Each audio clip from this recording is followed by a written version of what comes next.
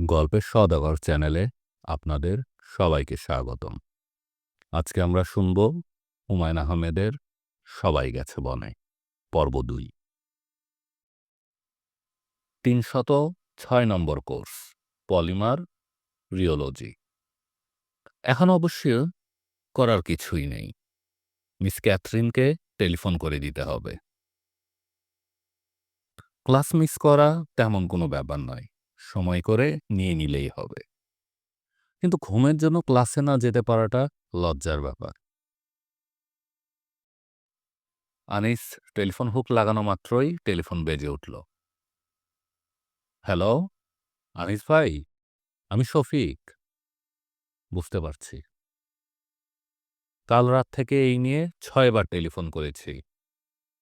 আপনি কি telephone disconnect করে রেখেছিলেন? হ্যাঁ। আমি ভাবলাম কি ব্যাপার। এদিকে আপনার মহিলা কবির নাম পেয়েছি। নাম হচ্ছে মেরি স্টুয়ার্ট। আনিস ক্লান্ত ভঙ্গিতে বলল, মেরি স্টুয়ার্ট নয়, ভদ্রমহিলার নাম এমিলি জোহান। রাত্রে মনে করতে পারছিলাম না, এখন মনে পড়েছে। আনিস ভাই, আপনার শরীর খারাপ? না, শরীর ঠিক আছে। আমিন সাহেবের বাসায় যাবার কথা মনে আছে তো? আজকে তো নয়, কাল। হ্যাঁ, কাল। শুনুন আনিস ভাই, আমি আসছি। এখন? ১০ মিনিটের মধ্যে। সিরিয়াস কথা আছে। আনিস টেলিফোন রেখে চায়ের পানি বসিয়ে দিল। পানি গরম হতে হতে হাত মুখ ধুয়ে আসা যাবে। হাত মুখ ধুতে গিয়ে মনে পড়ল আরেকটি প্রাণী আছে। আশ্চর্য, এত বড় একটা ব্যাপার এতক্ষণ মনে পড়ল না কেন? কিন্তু মালিশা ছিল না। ঘরের বিছানা সুন্দর করে পাতা। বিছানার উপর এক টুকরো সাদা কাগজ পড়ে আছে। আনিস দেখল সেখানে পেন্সিলে লেখা, তুমি ঘুমাচ্ছ দেখে জাগালাম না, অনেক ধন্যবাদ। আনিসের কেন যেন একটু মন খারাপ লাগলো, অথচ মন খারাপ হবার কোনো কারণ নেই। আজকের দিনটি খুবই খারাপ যাচ্ছে। মাঝে মধ্যে এরকম খারাপ দিন আসে, কোনো কিছুই ঠিকমতো হয় না। শফিকের ১০ মিনিটের মধ্যে আসার কথা, সে ২ ঘন্টার মধ্যেও এল না। মিস ক্যাথরিনকেও টেলিফোন করে পাওয়া গেল না। ইউনিভার্সিটিতে এখন গিয়ে হাজির হওয়ার কোনো মানে হয় না। আনিসের মনে হলো জ্বর আসছে। কি ভয়ঙ্কর খারাপ দিন। টিভি নিউজ চ্যানেল পর্যন্ত একটিও ভালো খবর নেই। কেন্টাকিতে ২টি শিশুকে পুড়িয়ে মেরে ফেলা হয়েছে। সল্টো ট্রিটির আলোচনা ভেস্তে গেছে। বেলজিয়ামের লিয়েগে শহরে একটি ট্রেন নদীতে পড়ে ১৫০ লোকের সলিল সমাধি হয়েছে। বাগানে চেয়ার সাজানো হয়েছে। রুনকির মনে হলো তার মা কিছুটা বাড়াবাড়ি করছে। ২ বার টেবিল ক্লথ পাল্টানো হয়েছে। ফুলদানিতে ফুল সাজানো হয়েছে। স্টেরিও সিস্টেমকে টেনে আনা হয়েছে বাইরে। রুনকি বলল, মা, তুমি বড্ড হুলস্থুল করছ। রাহেলা অসন্তুষ্ট হলেন। তার কপালের চামড়ায় সূক্ষ্ম ভাঁজ পড়ল। বাইরে চেয়ার পেতে বসলে বুঝি হুলস্থুল হয়? তা হয় না, কিন্তু ফুলদানি রাখলে হুলস্থুল হয়। তুমি $৬ খরচ করে ফুল আনিয়েছ মা।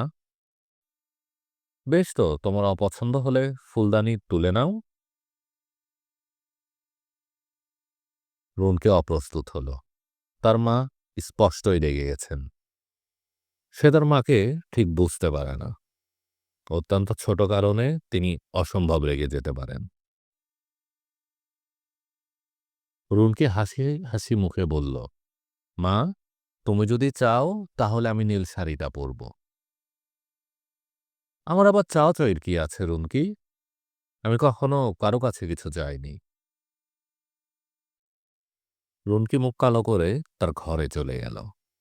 এমন একটা চমৎকার দিন কেমন করেই না নষ্ট হচ্ছে। রুনকি তার ঘরের দরজা বন্ধ করে দিল। এই ঘরে নিজের মনে কাঁদা যায়, উঁচু ভলিউমে গান বাজানো যায়। এটা তার নিজের গোপন পৃথিবী। টুকটুক করে টোকা পড়ছে দরজায়। নিশ্চয়ই বাবা। এমন শালীন ভঙ্গিতে বাবা ছাড়া আর কেউ নক করতে পারে না। রুনকি নরম গলায় বলল, কি চাও বাবা? দরজা খোলো বেটি, তোমার জন্য সারপ্রাইজ আছে। কি সারপ্রাইজ? খুলে দেখো। রুনকি বেরিয়ে এলো, তার দু চোখ ভেজা, চুল এলোমেলো। তোমার জন্য একটা গিফট প্যাকেট এসেছে ইতালি থেকে। ইতালিতে কে আছে তোমার মা? টম সামার কাটাতে গিয়েছে। রুনকি প্যাকেট খুলে স্তম্ভিত হয়ে গেল। প্লাস্টার অফ প্যারিসের তৈরি অপূর্ব এক নারী মূর্তি। নিশ্চয় মাইকেল অ্যাঞ্জেলোর কোনো ভাস্কর্যের ইমিটেশন। রুনকি গাঢ় স্বরে বলল, কি সুন্দর দেখেছ? হ্যাঁ, সুন্দর, খুবই সুন্দর। মাকে দেখিয়ে আনি। রুনকি ছুটে বেরিয়ে গেল। রাহেলা রান্নাঘরে। রান্নাবান্নার কাজ অনেক আগেই শেষ হয়েছে। খাবার দাবার গরম রাখার জন্য শুধু ওভেন দিয়ে রাখা। অনেক রকম আয়োজন হয়েছে, তবু রাহেলার মনে হচ্ছে আয়োজন পূর্ণাঙ্গ হয়নি। কাঁচামরিচ নেই ঘরে। হর্নবাকার্সে কাঁচামরিচ পাওয়া যায়নি। তিনি বা আমিন সাহেব কেউ অবশ্য ঝাল খান না, তবে প্রবাসী বাঙালিরা খাবার টেবিলে কাঁচামরিচ দেখতে ভালোবাসে। মা দেখো, টম কি পাঠিয়েছে। কোন টম? পাগলা টম? রুমকি বেশ বিরক্ত হলো। টম আবার কয়জন আছে যে পাগলা টম বলতে হবে? রুমকি বলল, মূর্তিটা আমি বাগানে সাজিয়ে রাখি মা, তোমার অতিথিরা দেখলে অবাক হবে। রাহেলা থেমে থেকে বললেন, না রুমকি, এটা তোমার ঘরেই থাক।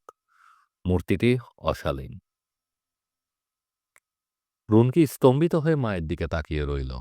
তারপর ঝড়বেগে দোতলায় উঠে গেল। অতিথিদের মধ্যে প্রথম এলেন নিশানাথ রায়, গ্র্যান্ড ফোকস ইউনিভার্সিটির অঙ্কের প্রফেসর। ভদ্রলোকের বয়স ৫৫, কিন্তু দেখায় ৭০-এর মতো। লম্বা দড়ি পাকানো চেহারা, যে কোনো নিমন্ত্রণে সবার আগে এসে উপস্থিত হন এবং নিরিবিলি একটা কোণ বেছে চোখ বন্ধ করে বসে থাকেন কিংবা ঘুমান। আমেরিকান ইউনিভার্সিটিতেও ক্লাস নিতে গিয়ে একই কাণ্ড। তবু তিনি টিকে আছেন, কারণ টপোলজিতে একজন প্রথম শ্রেণীর বিশেষজ্ঞ হিসাবে তাকে এখনও ধরা হয়। যদিও টপোলজি তিনি ছেড়েছেন ১০ বছর আগে। অনেকের ধারণা গ্র্যান্ড ফোর্কস ইউনিভার্সিটির নাম লোকে জানে কারণ প্রফেসর নিশানাত এখানে মাস্টারি করেন। নিশানাত বাবু তার স্বভাব মতো ৫টার দিকে এসে পড়লেন এবং লজ্জিত স্বরে বললেন, দেরি করে ফেললাম নাকি? আমিন সাহেব হাসি মুখে বললেন, না দেরি হয়নি। চা দেব না লিকার? নিশানাত বাবু বিড়বিড় করে কি যেন বললেন, পরিষ্কার বোঝা গেল না। তিনি বেছে বেছে সবচেয়ে পেছনের একটা চেয়ারে পা উঠিয়ে বসলেন। আমিন সাহেব মার্টিনির একটা বড় গ্লাস নিয়ে এসে দেখেন নিশানাত বাবু চোখ বন্ধ করে ফেলেছেন। নিশানাত বাবু, নিন, মার্টিনি এনেছি। ইয়ে, কি যেন বলে, আমি অবশ্য চা চেয়েছিলাম। চা নিয়ে আসতে পারি, পানি গরম আছে। নিশানাত বাবু তার উত্তর দিলেন না, চুপচাপ বসে রইলেন। রাত ৮টা বেজে গেল। অন্য দুজন নিমন্ত্রিতদের কোনো খোঁজ নেই। শফিকের ঘরে টেলিফোন করা হলো কয়েকবার, কেউ ধরল না। রুমকি বলল, নিশ্চয়ই কোনো অসুবিধা হয়েছে মা, তুমি এমন মুখ কালো করে থেকো না। কি আজে বাজে কথা বলো রুমকি, মুখ কালো করব কেন? আমি সরি মা। ঠিক আছে, খেতে বসো। নিশানাত বাবু নিঃশব্দে খেয়ে যাচ্ছেন। আমিন সাহেব একবার বললেন, রান্না কেমন হয়েছে নিশানাত বাবু? নিশানাত বাবু তার জবাব দিলেন না।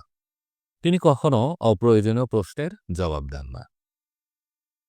রুমকি বলল, নিশার চাচার জিহ্বায় কোনো টেস্ট বাদ নেই। তিনি যাই খান তার কাছে ঘাসের মতো লাগে, তাই না চাচা? নিশানাত বাবু তার উত্তরে কিছু একটা বলতে যাচ্ছিলেন, তখন টেলিফোন বাজল। টেলিফোন ধরলেন রাহেলা। হ্যালো, আমি শফিক। রাহেলা শুকনো গলায় বললেন, আমরা সবাই খেতে বসেছি, একটু পরে ফোন করতে পারো? রাহেলা কঠিন মুখ করে খেতে বসলেন। রুমকি মায়ের দিকে না তাকিয়ে বলল, মা, এটা কিন্তু তুমি ঠিক করলে না।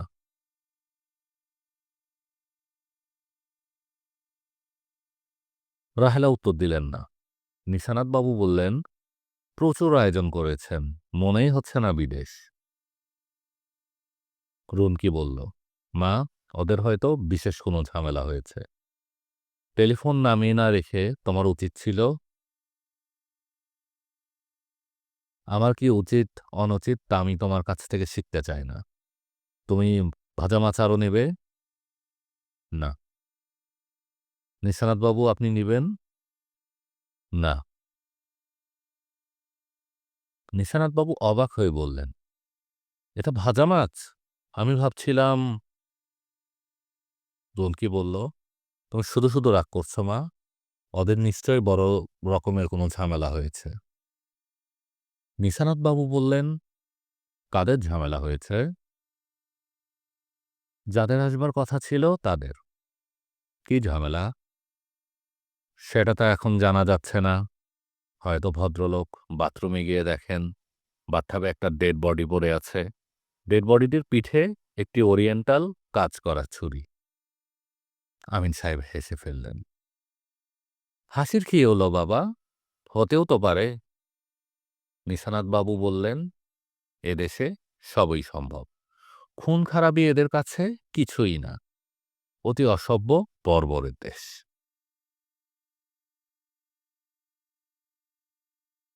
ঝামেলাটা কি হয়েছে তা জানা গেল কিছুক্ষণের মধ্যেই। গাড়ি নিয়ে হাইওয়েতে আটকা পড়েছে। শফিকের প্রাচীন ফোর্ড ফিয়েস্টার ট্রান্সমিশন কাজ করছে না। হাইওয়ের একটা রেস্ট হাউসে বসে আছে দুজন। রুমকি বলল, রাস্তার মাঝখানে গাড়ি নিয়ে আটকা পড়া দারুণ এক্সাইটিং। রাহেলা ভ্রু কুচকালেন। ঠান্ডা স্বরে বললেন, এর মধ্যে এক্সাইটিং কি দেখলে তুমি? সাধারণ মানুষদের মতো ভাবতে শেখো। গাড়ি নিয়ে আটকে পড়াটা হচ্ছে যন্ত্রণা, এক্সাইটমেন্ট নয়। তুমি এত রেগে রেগে কথা বলছো কেন মা? রুমকি, কথা বন্ধ করে গাড়ি নিয়ে ওদের খোঁজে যাও। তোমার বাবাকে পাঠাবো না। সন্ধ্যা থেকে মার্টিনি খাচ্ছে, ওর হাত স্টেডি নেই। কথাটা ঠিক না। দুপেগের মতো মার্টিনি আমিন খেয়েছেন, কিন্তু তিনি কিছু বললেন না।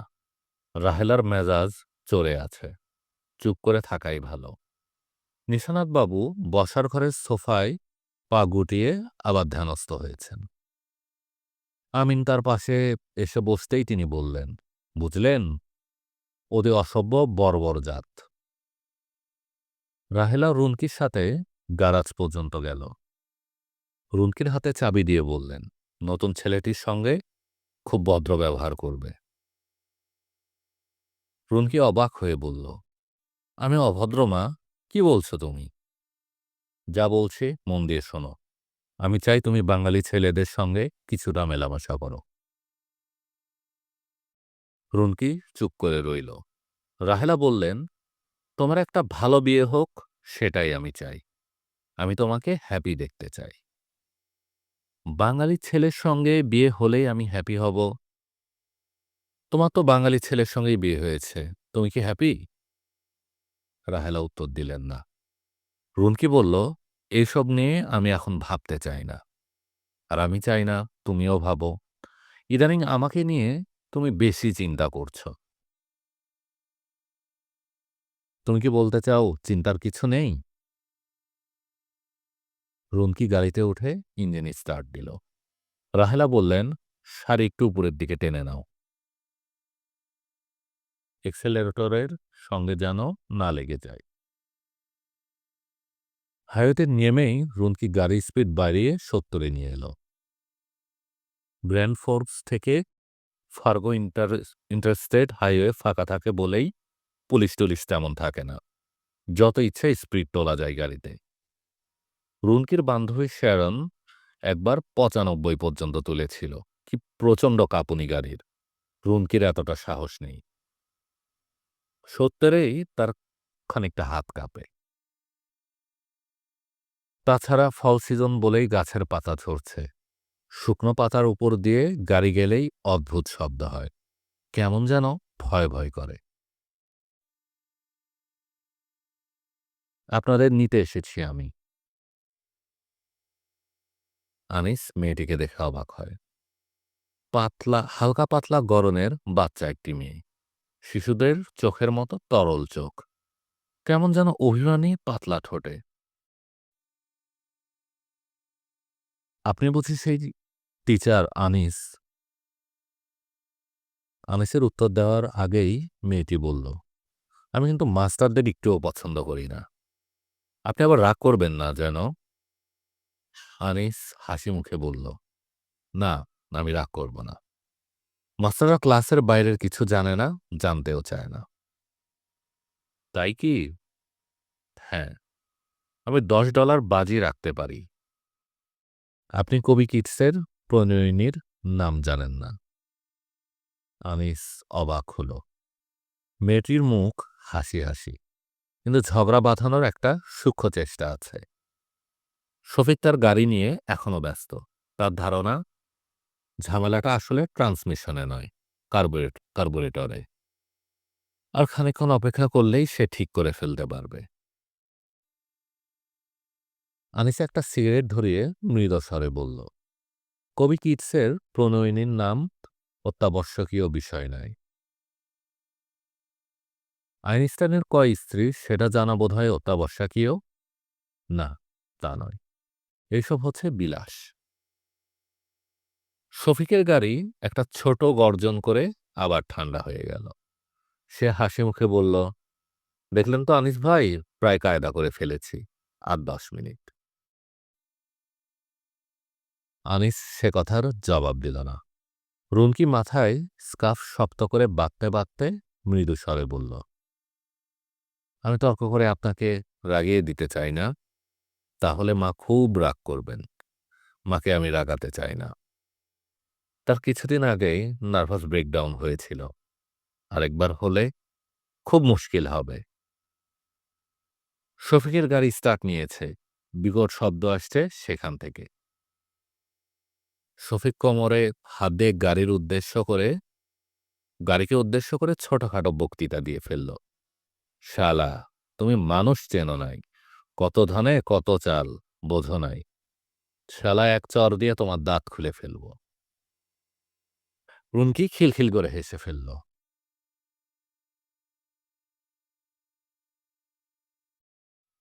500 লেভেলের একটা ক্লাস ছিল 10:30টায়। আনিস ক্লাসে ঢুকে দেখল চেয়ারম্যান ডক্টর হিল্ডারবেন্ট পিছনের দিকে বসে আছে। হিল্ডারবেন্ট একা নয়, অর্গানিক কেমিস্ট্রির ডক্টর বায়ারও কফির পেয়ালা হাতে বসে আছে।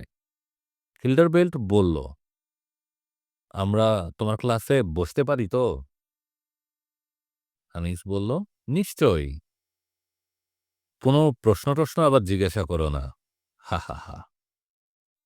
আনিস অস্বস্তি বোধ করতে লাগল।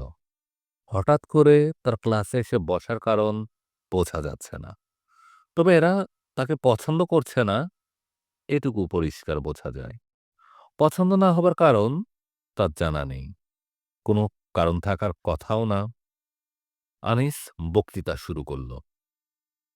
ডক্টর বায়ার কিছু শুনছে বলে মনে হয় না, কিন্তু ফিসফিস করে কি যেন বলছে হিল্ডারবেন্টকে। একবার দুজনে সশব্দে হেসে উঠল। হিল্ডারবেন্ট আনিসের দিকে তাকিয়ে বলল, সরি আনিস, তুমি চালিয়ে যাও। আনিস চালিয়ে যেতে পারল না।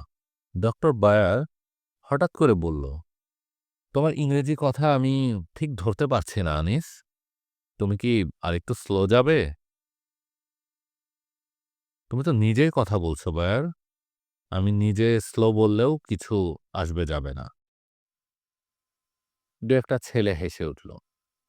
হিল্ডারবেল্ট বলল, চালিয়ে যাও, তুমি চালিয়ে যাও। আনিস 10 মিনিট আগে ক্লাস শেষ করে দিল। হিল্ডারবেল্ট উঠতে যাচ্ছিল। আনিস বলল, তোমার সঙ্গে আমার কথা আছে হিল্ডারবেল্ট, বসো। বলো। আজকে হঠাৎ আমার ক্লাসে এসে বসলে কেন? পলিমার রিওলজিতে তোমার কোনো উৎসাহ আছে বলে তো শুনিনি। হিল্ডারবেন্ট খানিকক্ষণ চুপ করে থেকে বলল, আমরা বসেছি একটা জিনিস দেখতে। তোমার সম্পর্কে ডিনের অফিসে একটা রিপোর্ট হয়েছে। বলা হয়েছে তোমার উচ্চারণ কেউ বুঝতে পারছে না। রিপোর্ট কি ছাত্ররা করেছে তা জানি না, তুমি ডিনকে জিজ্ঞাসা করতে পারো। আমি অবশ্য ব্যক্তিগতভাবে মনে করি তোমার কথা বুঝতে না পারার কোনো কারণ নেই। ধন্যবাদ। আনিস কফি খেতে গেল মেমোরিয়াল ইউনিয়নে। ডক্টর অ্যান্ডারসন খাতাপত্র নিয়ে একটা টেবিল দখল করে বসেছিল। আনিসকে দেখেই গম্ভীর মুখে বলল, তোমাদের বাংলাদেশের স্টল দেখে এলাম। কি দেখে এলে? লাইব্রেরিতে আন্তর্জাতিক একটা মেলা হচ্ছে, সেখানে তোমাদেরও একটা স্টল দেখলাম। আনিসের মনে হলো ডক্টর অ্যান্ডারসন যেন হাসি গোপন করার চেষ্টা করল। তুমি কফি শেষ করেই যাও। স্টলের ব্যাপারটা মিথ্যা নয়। একটা প্রকাণ্ড টেবিল নিয়ে শফিক বসে আছে। শফিকের গায়ে একটা হাতকাটা স্যান্ডো গেঞ্জি এবং পরনে সবুজ রঙের একটা লুঙ্গি, বাংলাদেশের সাধারণ মানুষের পোশাক। টেবিলে একটা ময়লা 5 টাকার নোট ও 2টি 10 পয়সা। আরেক পাশে একটা বড় ফুল স্ক্যাপ কাগজে মার্কার দিয়ে সরিয় সরেয়া লেখা। আনিস স্তম্ভিত। ব্যাপার কি শফিক? আরে আনিস ভাই, আজকে ফার্মেসি ডিপার্টমেন্টে একটা চাকরির খোঁজে এসেছিলাম। শুনে ইন্টারন্যাশনাল উইক হচ্ছে, বাংলাদেশের একটা কিছু না থাকলে দেশের বেইজ্জতি। আমার নিজের কাছে যা ছিল নিয়ে চলে এসেছি। বলো কি? জিনিস কম থাকায় সুবিধা হয়েছে। দেশটা কোথায়, কি এইসব জানতে চাচ্ছে।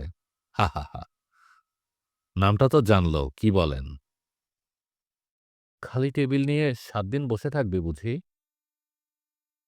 আরে না, আজ বিকেলেই রুনকিদের বাড়ি থেকে একগাদা জিনিসপত্র নিয়ে আসবো দেখবেন।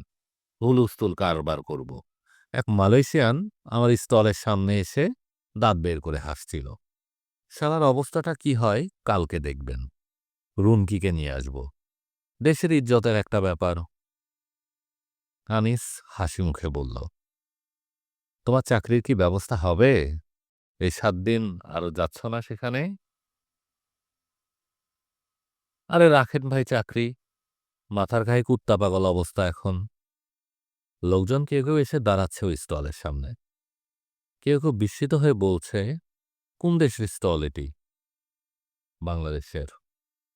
কত বড় দেশ সেটি? কত স্কোয়ার মাইল? কালকে বলতে পারবো, কাল আসবেন। লোকসংখ্যা কত? আগামীকাল জানতে পারবেন। সব লিখে টাঙিয়ে দেওয়া হবে। আনিস দূর থেকে দেখল লোকজন আসছে না শফিকের স্টলে, তবে বুড়ো বুড়িরা কিছু কিছু আসছে। তারা আবার দীর্ঘ সময় দাঁড়িয়ে দাঁড়িয়ে শফিকের বক্তৃতা শুনছে। দেশটা অত্যন্ত সুন্দর, সবুজ, গাঢ় সবুজ, সমুদ্র আর নদী। বনে ঘুরে বেড়ায় ইয়া রয়্যাল বেঙ্গল টাইগার। আগামীকাল যদি আসেন তবে সে রয়্যাল বেঙ্গলের ছবিও দেখতে পারবেন। দয়া করে আসবেন, ভুলবেন না। শফিকের কাণ্ড কারখানাটাই অন্যরকম।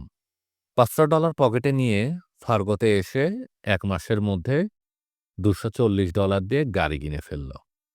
আমিন সাহেব খবর পেয়ে বিরক্ত হলেন খুব। গাড়ি কিনলে গাড়ির দরকারটা কি তোমার? শফিক মাথা চুলকে বলেছে, দেশের সম্মানের জন্য কাজটা করলাম। দেশের সম্মান? দেশের সম্মান মানে? গরিব দেশ করে তো, বুঝলেন না। শালাদের দেখিয়ে দিলাম আর কি। তোমার $240 গাড়ি দিয়ে ওদের দেখিয়ে দিলে? চালাতে জানো গাড়ি? শিখব। এখানে শেষ নয়। আর্টসের ছাত্র কিভাবে সায়েন্সের কম্বিনেশনে ৪-৫টা সাবজেক্ট নিয়ে ফেলল। আমেরিকায় এসে ইতিহাস ভূগোল পড়ে লাভটা কি? পড়তে হলে পড়তে হয় physics, chemistry, computer science. Mid টার্মের রেজাল্ট হওয়ার পর ফরেন স্টুডেন্ট অ্যাডভাইজার টয়লা ক্লিন ডেকে পাঠালেন শফিককে। রেজাল্ট ভয়াবহ, ৩টা ডি এবং ১টা সি।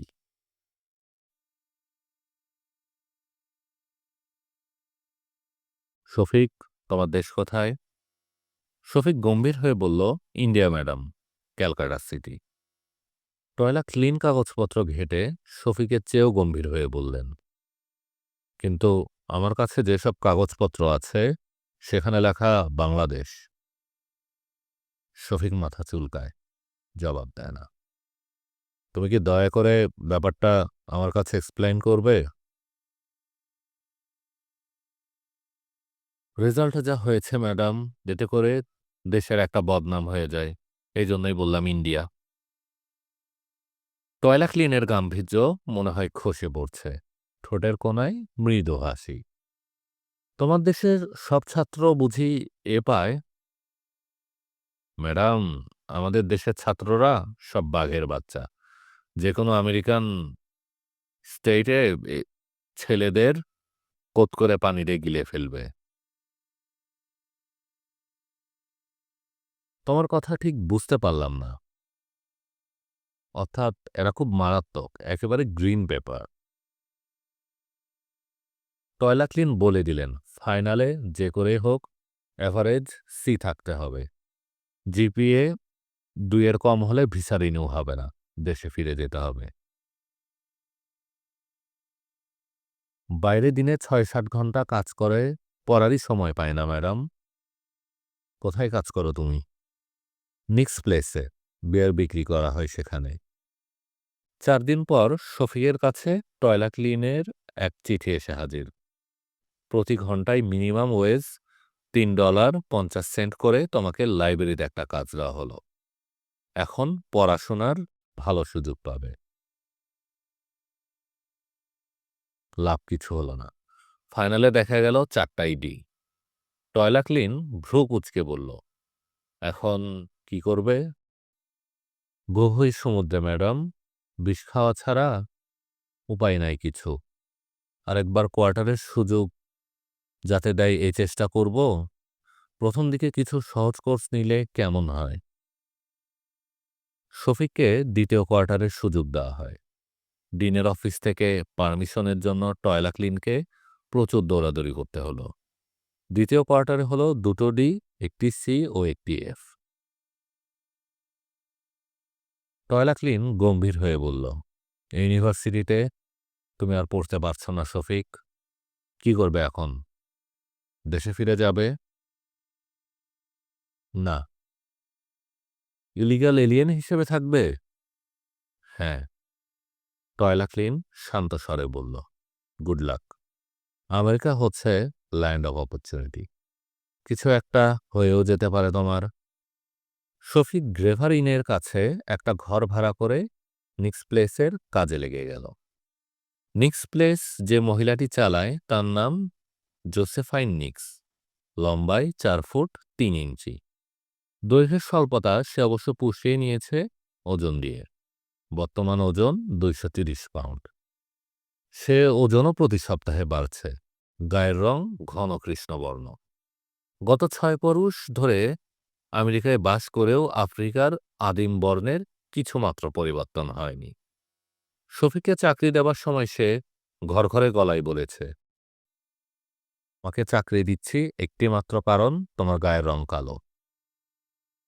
আপনারা শুনছিলেন হুমায়ূন আহমেদের সবাই গেছে বনে পর্ব ২।